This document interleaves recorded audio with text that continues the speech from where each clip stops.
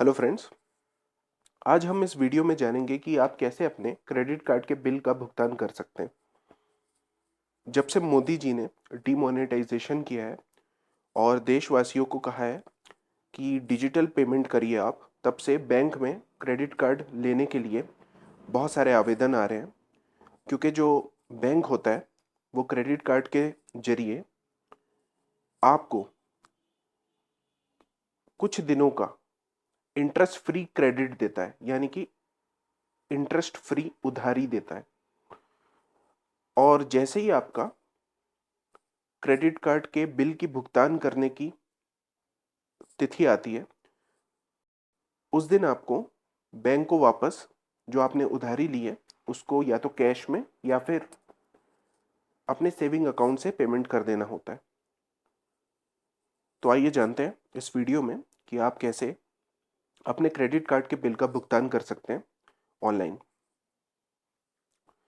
मेरे पास HDFC bank का credit card है, तो मैं एचडीएफसी बैंक के मोबाइल एप्लीकेशन का यूज़ करूँगा। देखिए, भले ही आपके पास कोई भी बैंक का कार्ड हो, भले ही वो एसबीआई का हो, आईसीआईसीआई का हो, सिटी बैंक का हो या किसी और बैंक का हो, सबकी जो बिल भुगतान करने की जो स्टेप्स है वो सबके लिए सेम है। ऐसा नहीं कि मैं यहाँ पर जो आपको दिखाऊंगा आपके बैंक का कंप्लीटली कुछ अलग हो, ऐसा नहीं होता, सबका सेम ही रहता है। तो सबसे पहले मैं अपने अकाउंट में लॉगिन कर लेता हूँ। इसके लिए मैं 1 सेकंड के लिए इस वीडियो को पॉज करूँगा। तो फ्रेंड्स, मैंने अपने अकाउंट में लॉगिन कर लिया। अब मैं यहाँ पर देखूँगा कि क्रेडिट कार्ड पेमेंट लिखा हुआ है, इस पर मैं टैप करूँगा।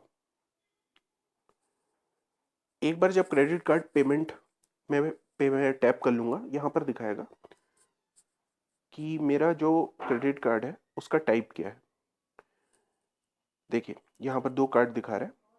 Registered HDFC bank credit card, यानी कि जो डायरेक्ट मैंने एचडीएफसी से लिया है, और दूसरा ऑप्शन है other HDFC bank credit card, मतलब कि ऐसा कोई एचडीएफसी बैंक का क्रेडिट कार्ड जो मेरे इस सेविंग अकाउंट से लिंक्ड नहीं है वो।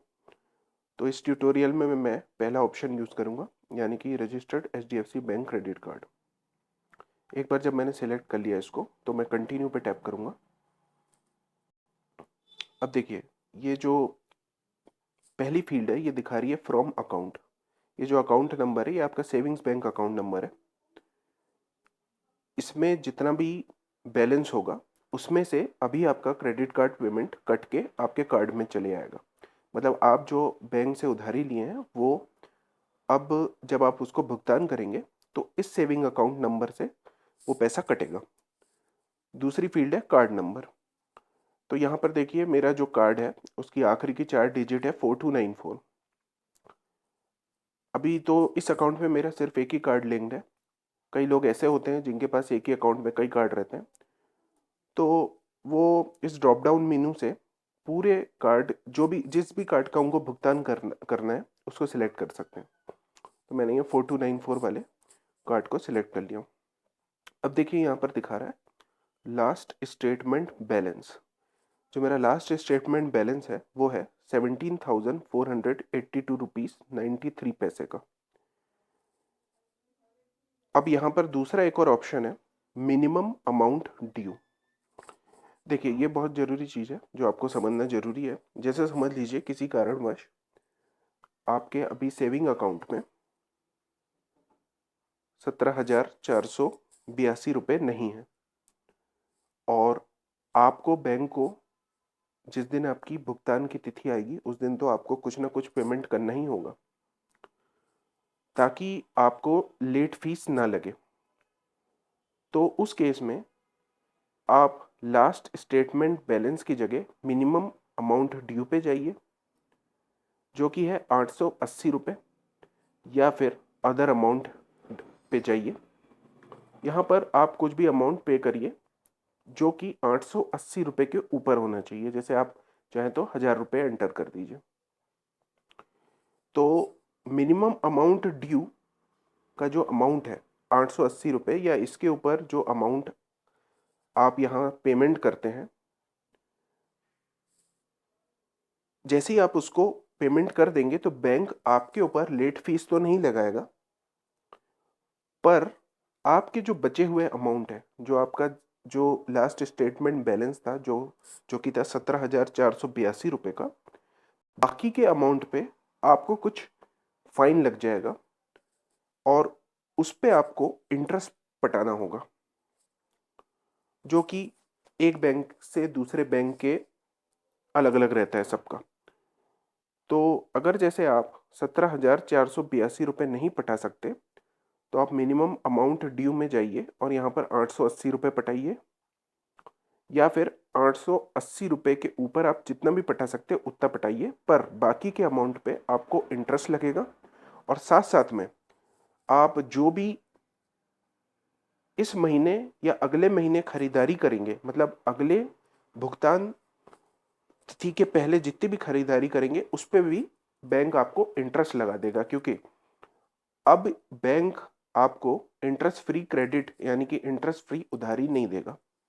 तो अगर आपको इससे बचना है तो हमेशा ध्यान रखिए कि लास्ट स्टेटमेंट बैलेंस जो भी आया आपका, जैसे कि मेरा आएगा 17,482 रुपये, ये हमेशा आप भुगतान की तिथि पे या उसके पहले पेमेंट कर दीजिए। मैं आपको ये सजेस्ट करूंगा कि मिनिमम अमाउंट ड्यू या फिर अदर अमाउंट पे ना ही जाएं तो आपके लिए बेहतर होगा। आप उसी हिसाब से खर्च कीजिए जितना आप पटा सकते हैं। तो मैं इस ट्यूटोरियल में लास्ट स्टेटमेंट बैलेंस जो है 17,482 रुपीज़ 93 पैसे का, उसको मैं डायरेक्ट पटा रहा हूँ। तो मैं यहाँ पर पे बिल पे टैप करूँगा। देखिए अब ये दिखा रहा है कंफर्म करने के लिए कुछ डिटेल्स कि कौन से अकाउंट नंबर से पेमेंट होगा, लास्ट स्टेटमेंट बैलेंस कितना आया था और कार्ड नंबर क्या है। तो ये 3 चीज़ें जैसे ही मैं वेरीफाई कर लूँगा तो मैं कंफर्म पे टैप करूँगा। देखिए कंफर्म हो गया है, ट्रांजैक्शन सक्सेसफुल आ गया है, रेफरेंस नंबर है, amount from account number, card number, card type. ये देखिए आप रेफरेंस नंबर ये जो दिखा रहा है 9530A1, इसको आप नोट करके रख लीजिए। इन केस अगर आपको कोई भी प्रॉब्लम आती है तो आप इस रेफरेंस नंबर को अपने बैंक के credit card customer care department को बताइए, तो वो आपकी जो भी परेशानी है उसको सॉल्व करेंगे। तो आशा करता हूँ ये वीडियो आपको पसंद आया होगा। अगर आपको ये वीडियो पसंद आया तो सब्सक्राइब कीजिए। Thanks for watching.